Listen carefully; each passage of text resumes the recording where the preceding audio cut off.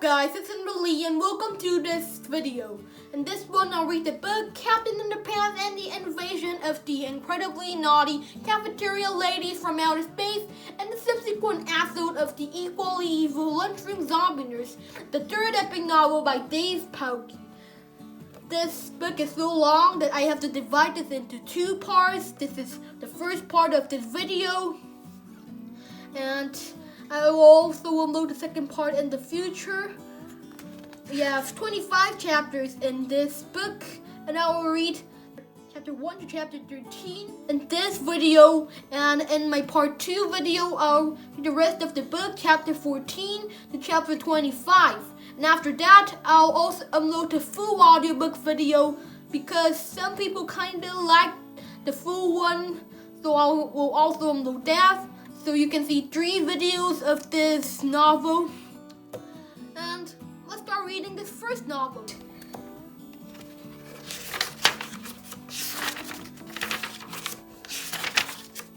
Hello, it's us again. Before you read this book, there's some things you should know. So Harold and I have created this informative pamphlet to fill you in on the details. Please don't let this comic fall into the wrong hands. George Beard and Howard Hutchin present a Deny Everything production. Captain Wedgeworth's Underpants. Yeah, Captain Underpants Wedgeworth. Episode 1. The Phantom Principal. A long time ago, in an elementary school far away, there were 2 cool kids named George and Harold. Me too. They had an evil principal named Mr. Krupp who was strong in the ways of the Force. Blah blah. He forced them to study, blah blah blah. He forced them to clean, blah blah blah. And he forced them to behave. Ha ha ha. So George and Harold hypnotized him. You obey our every command. Snap. Okay. Yeah, I can't snap fingers. Yeah, I can't. Sorry. You're now Captain Underpants. Okay. Ha ha ha. It started out as a joke, but it wasn't funny for long. Ha ha ha. Tra-la-la! Hey, come back! Mr. Krupp thought he really was the world's greatest superhero. He got into all kinds of trouble. George and Harold had to save him and the entire planet. Twice! Now the only way they can turn Captain Underpants back into Mr. Krupp is to pour water over his head. But the worst part is that George and Harold have to keep an eye on Mr. Krupp, blah blah blah. Because for strange reason, whenever he hears somebody snap their fingers, snap, he turns back into, you know who, tra-la-la. Am I good at this or bad at this? Oh, never mind. So whatever you do, please don't snap your fingers around Mr. Krupp. You heard the man. Please, please, please don't snap those fingers. This has been a public service announcement from George and Harold, who still deny everything. Chapter 1. George and Harold. This is George Beard and Harold Hutchin. George is the kid on the left with the tie and the flat top. Harold is the one on the right with the t-shirt and the bad haircut. Remember that now. You have to sign today's lunch, new tasty cheese and lentil pot pies. If you're looking for a few words to describe George and Harold, you might come up with kind, funny, smart, determined, and deep. Just ask your principal, Mr. Krupp. He'll tell you that George and Harold are kind of funny-looking, smart, and like Sue are determined to drive everybody off the deep end. But don't listen to him. George and Harold are actually very clever and good-hearted boys. Their only problem is that they're 4th graders. And at George and Harold school, 4th graders are expected to sit still and pay attention for 7 hours a day. George and Harold are just not very good at that. Oh, they changed the sign. Today lunch, nasty toilet pee-pee sandwiches. Yeah, if you ate something and watching this, yeah, I'm sorry. The books say like that. The only thing George and Harold are good at is being silly. Unfortunately, George and Harold's silliness gets them into trouble every now and then. Sometimes it gets them into a lot of trouble. And one time it got them into so much trouble, it almost caused the entire Earth to be destroyed by an army of giant evil zombiners. But before I can tell you that story, I have to tell you this story. Chapter 2, The Evil Space Guys. One dark, clear night in Piqua, Ohio, a flaming object was seen streaking across the quiet midnight sky. It shone brightly for a second or two and fizzled out just above Drumhora's elementary school. Nobody gave it a second thought. The next day, everything seemed pretty normal. Nobody noticed anything different about the school. Nobody paid any attention to the roof. And of course, nobody looked up and said, "Hey, what's that big spaceship thingy doing on the roof of the school?" Perhaps if they had, the horrible ordeal that followed might never have happened.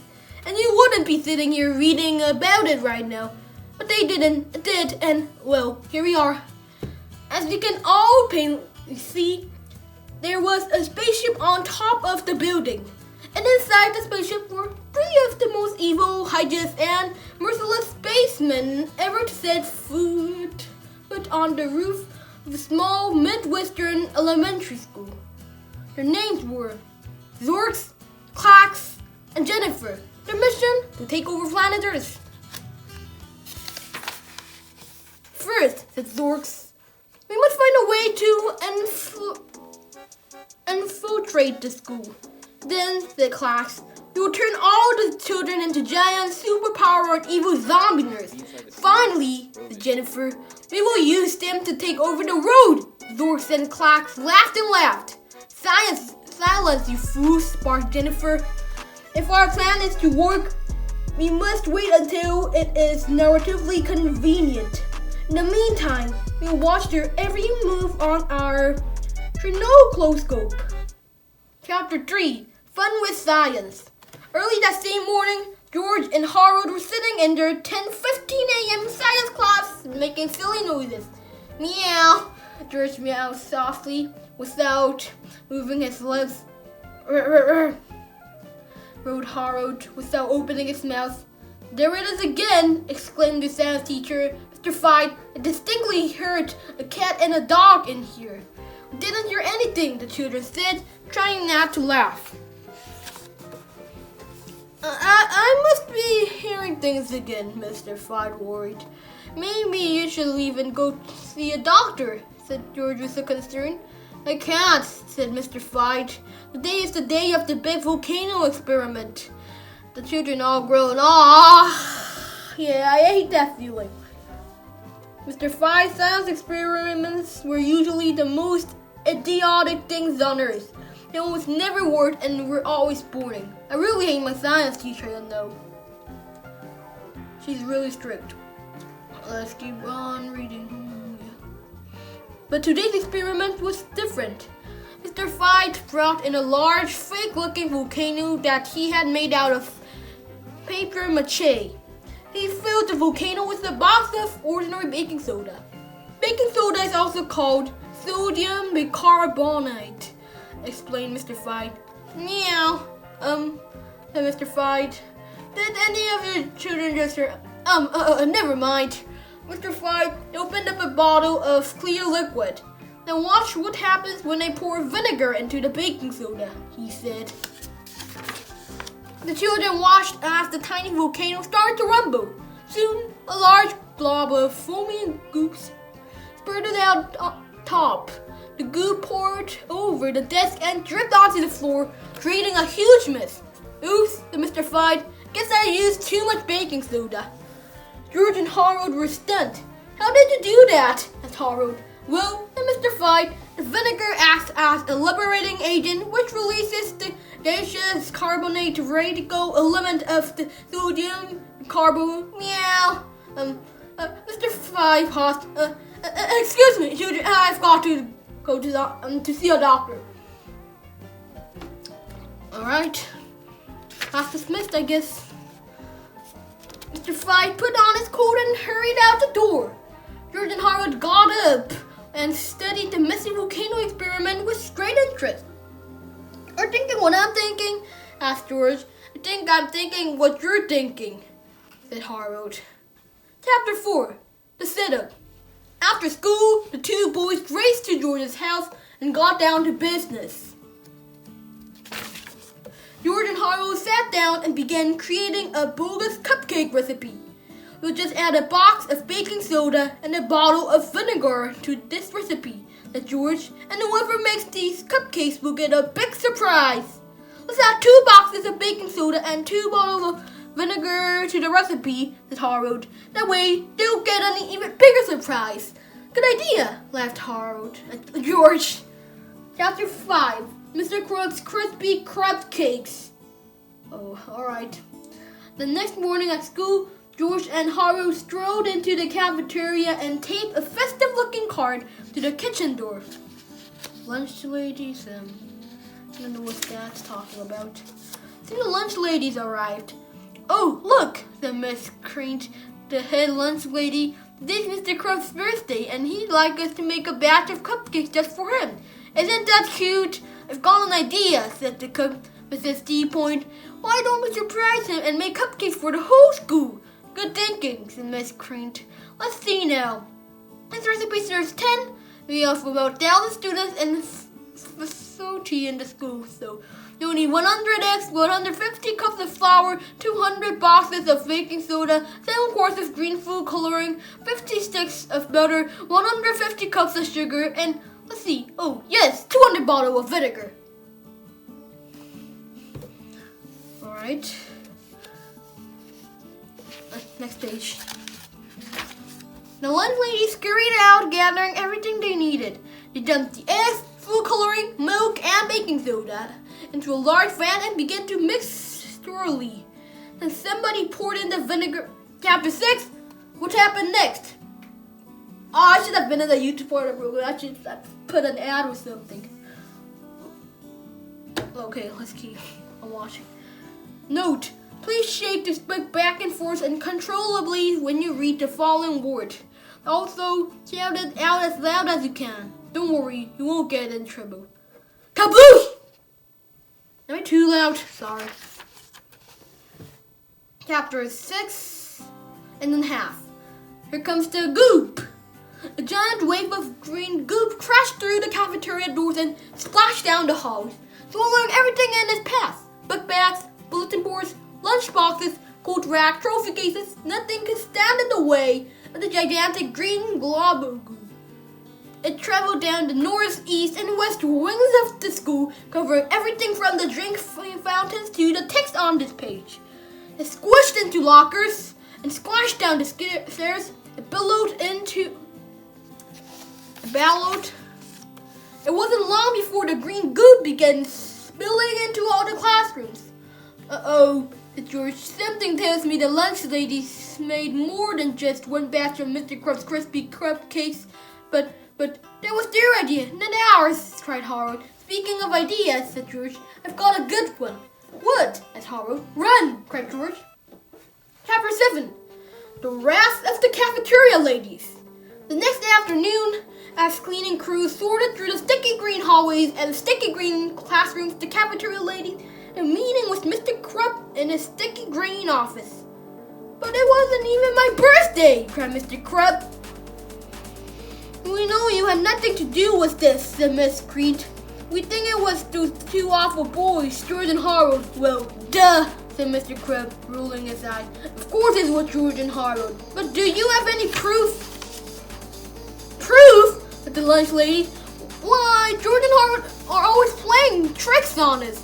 Every day, they changed the letters around her lunch sign. They put pepper in the napkin dispensers and then screwed the cats up the salt shake skirts. They start food fights. They go sledding on our lunch trays. They make everybody laugh so the milk squirts out their noses. And they're constantly creating these awful comic books about us. Chapter 8. Captain Underpants and the Night of the Living Lunch Ladies. By George Beard and Harold Hutchins. Captain Underpants. I already read the title. Late one Friday afternoon, the lunch ladies were cleaning up the cafeteria. There was lots of half-eaten food in this trash barrel. Well, pour it in, and you'll serve it again next week. Waste not, want not. So while they were working, the janitor accidentally locked the school for the weekend. The lunch ladies are trapped inside. Help! They were forced to eat their own food to survive. Past the left and over the gums. Look out, Tummy, here it comes. When the janitor returned on Monday morning, the lunch ladies were dead. Victims of their own cooking. Oopsie daisies. The janitor took the dead lunch ladies up to the hill to bury them. That looks like a good place. Oh, buried that stuff. But it wasn't. Warning, the hill was haunted. Whatever you do, don't bury dead stuff here. Crash. Help, the lunch ladies are hosts from the dead. They're hungry for brains and they just attacked the gym teacher. I think it always said the gym teacher. Did they hate them? Yeah, it's Mr. Meaner, I don't know. But I thought you said they were hungry for brains. This looks like a job for Captain Underpants. What seems to be the problem? Loving dead lunch ladies. Don't worry, I'll get their wedgies. Oh no, witchy power didn't work on the living dead. They got into a big fight. Captain Underpants was faster than a speeding waistband, more powerful than boxer shorts, and able to leap tall buildings without getting a wedgie. Tra-la-la! But the lunch ladies were strong too. They ran faster than the runny meatloaf gravy. They were more powerful than the stench of their sloppy Joe casserole, and they would leap tall buildings with the gassy after effects of their Texas-style three-bean chili con carne. Soon they were all on top of a tall building. Now you've got you now, waistband warrior. Not so fast! Captain Underpants pressed the button on his utility waistband. Click! And now it popped a row of toilet paper. Even the living dead can't escape the toilet paper of justice. Captain Underpants lassoed the lunch ladies, but they had a trick up their sleeves. They poured the steak sauce on the toilet paper of justice. We're free! Let's get him, girls! Uh-oh. Captain Underpants tossed the toilet paper of justice. Up it went, and he swung to safety. Clunk, splash, goosh, the lunch ladies were so lucky. Tra-la-la! We're for Captain Underpants. The end. Chapter 9. Quitting time. We're fed up with those two boys, cried Miss Screent. They're always making fun of our cooking. Yeah, said Mrs. Teapoon. Our food isn't that bad. I hate here once and hardly got sick at all. Well, I can't punish them if we don't have any proof, said Mr. Crab. Fine, said the lunch ladies. Then we quit. Ladies, cried Mr. Crumb, be reasonable. You can't just quit on such short notice. But the lunch ladies didn't care. They marched right out of Mr. Crumb's sticky green office, and that was the end of that. Wait, are they triplets? They're all looking the same. Yeah. They're obviously triplets. How could they be so same? Yeah, I know it's fiction. Yes. But it's real life. It's mine. Oh, I don't know. Yes, cried Mr. Crumb. Now where am I going to find 3 new lunch ladies by tomorrow morning? Suddenly there was a knock on Mr. Crumb's door. 3 very large women wearing lots of makeup walked into his office. Hello, said the first woman. My name's Zorkset. These are my sisters, Claxit and Jennifer. We've come to apply for jobs as cafeteria ladies. Wow, said Mr. Crumb. Do you have any experience? No, said Claxit. Do you have any credentials? Asked Mr. Crumb. No, said Zorkset. Do you have any references? Asked Mr. Crumb. No, said Jennifer. You're hired, said Mr. Crumb. How could they be hired? Oh yeah, Mr. Crumb hates the children. Yeah, so he wants to feed the disgusting fruit. Alright. Wonderful, said Jennifer. Now our plan to take over the road our plan to feed the children healthy, nutritional meals is underway. The 3 new lunch ladies laughed horribly. Then they left Mr. Crumb's office and got started preparing the next day's lunch menu. Well, that was easy, said Mr. Crumb.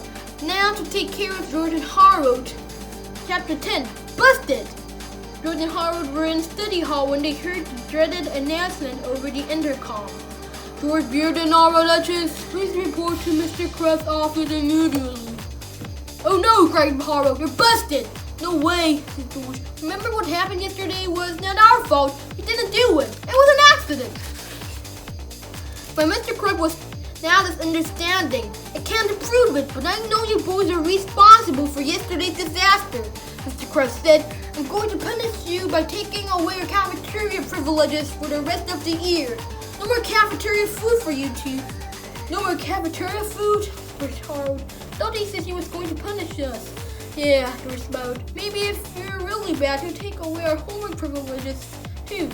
I heard that, screamed Mr. Kraft. From now on, you boys are going to have to pack your own lunches and eat in my office so I can keep an eye on you. Wrath, said Harold. But we didn't do it, George protested. We didn't do it. Too bad, bub, said Mr. Kraft. But I think they're lucky. One lady said that they don't have any experience.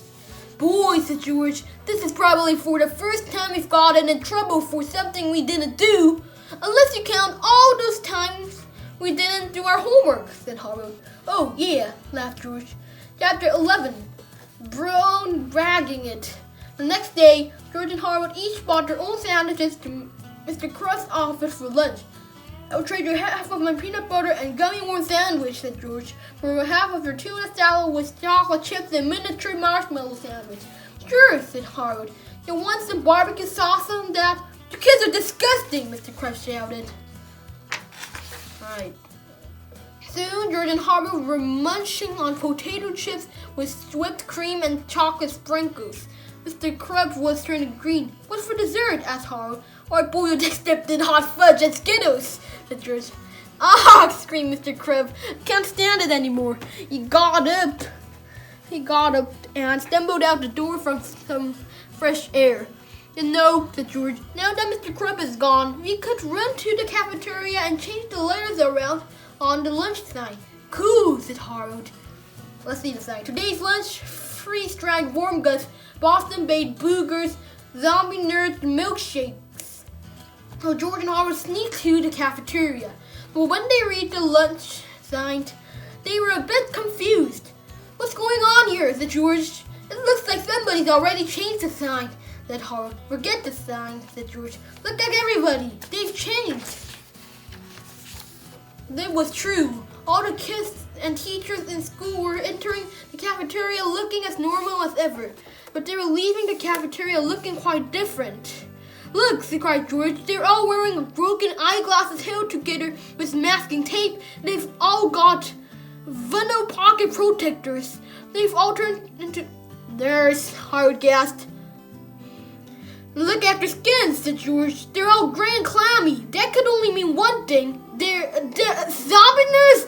I'm afraid so, said George. Let's just hope they're friendly, said Harold. Whoever heard of a friendly zombie nerd? Asked George.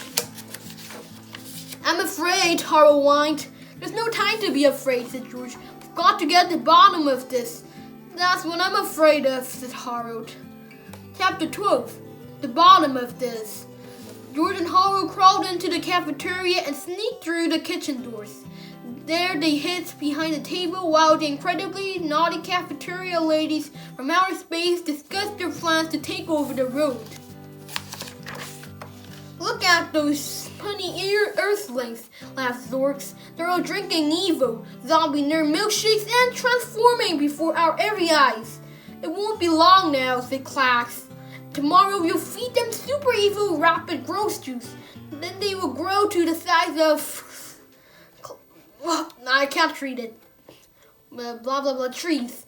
Exactly, sneered Jennifer. Then we will unleash our giant evil zombie nerds upon the earth, and soon the planet will be ours. The three evil space guys threw back their heads and laughed hysterically. Alright, let's try reading this. Clex. I don't know. XLEQSISFP trees, alright? Okay, over. I can't read this. We've got to tell Mr. Kraft about this, Harold whispered. Right, whispered George. But first, we've got to rid of that super evil rapid growth juice. George carefully reached up and swiped a carton of juice. What should we do with it? Asked Harold. Let's pour it out the window, said George. That way it won't do any damage. Good idea, said Harold. While the naughty cafeteria ladies continued laughing, George quietly emptied the carton of super evil rapid roast juice out the window. No, whispered Harold. Mr. Crump is never going to believe that sinister cafeteria ladies from outer space have turned everybody into evil zombie nerds. Sure, he'll believe us. He's got to believe us, said George. I hope he believes us. Chapter 13. Well, he doesn't believe them. That's the most ridiculous story I've ever heard, laughed Mr. Crump. But it's true, cried Harold. Yeah, said George. Everybody in the entire school is an evil zombie nerd. The kids, the teachers, everybody. All right, said Mr. Crump. I'll prove it to you. He pressed the button on his intercom and called for security. Soon, Miss Antelope entered the room. She was dressed in a pink polka dot polyester dress with orthopedic knee-high stockings and ugly brown arch-support loafers. See, said Harold. She's dressed like a nerd. She always dresses like that, snapped Mr. Crump. But she's gray and clammy and reeks of freakish zombie fight this, cried George. She always smells like that, Mr. Crump argued. She's always gray and clammy too. George and Harold had to admit that school secretaries were not very good subjects to compare and contrast with evil zombie nerds. But then Miss Antelope leaned over and took a huge bite out of Mr. Crump's desk. Myth destroyers, she moaned as she took another bite. Even Mr. Crump had to agree that Miss Antelope was acting a bit more evil than usual. Munch, munch. So George and Harold took Mr. Crump down to the cafeteria to confront the evil lunch ladies. Suddenly, out of the shadows stepped the evil Zorks. Gotcha, Zorks cried as he grabbed onto Harold's shoulders. Ack! Screamed Harold. He squirmed away, pulling Zork's gloves off and revealing two slimy green tentacles. See, Mr. Crump, said George. We told you they were space guys. You fools, screamed Zorks. Now we will destroy you. The evil Zork pointed his tentacle at George, Harold, and Mr. Crump and snapped his fingers. Snap! Suddenly, Mr. Crump began to change. A heroic grin spread across Mr. Crump's face. He drew out his chin and placed his fist firmly at his sides, looking quite triumphant. Uh-oh, said George. That evil space guy has snapped his fingers. Now Mr. Crump is turning into you-know-who. Hey, wait a second, said Harold. Tentacles don't have fingers. You can't snap a tentacle. There's no time to argue the physical improbabilities of the story, said George. We've got to stop Mr. Crump from changing into Captain Underpants before it's too late. Alright, that's it for the first part of this video. The rest of the part will be uploaded in the future, so please stay tuned for that. Please consider subscribing and turn on the bell notifications. And also visit my community posts to see any updates of this story, the audiobook video. I'll really upload the rest of the part as fast as possible and also upload the full audiobook video, so yeah, please wait for this. I'll do my best to read this all and edit this and also upload it. And I hope I can see you there, I really hope. And yeah, see you later.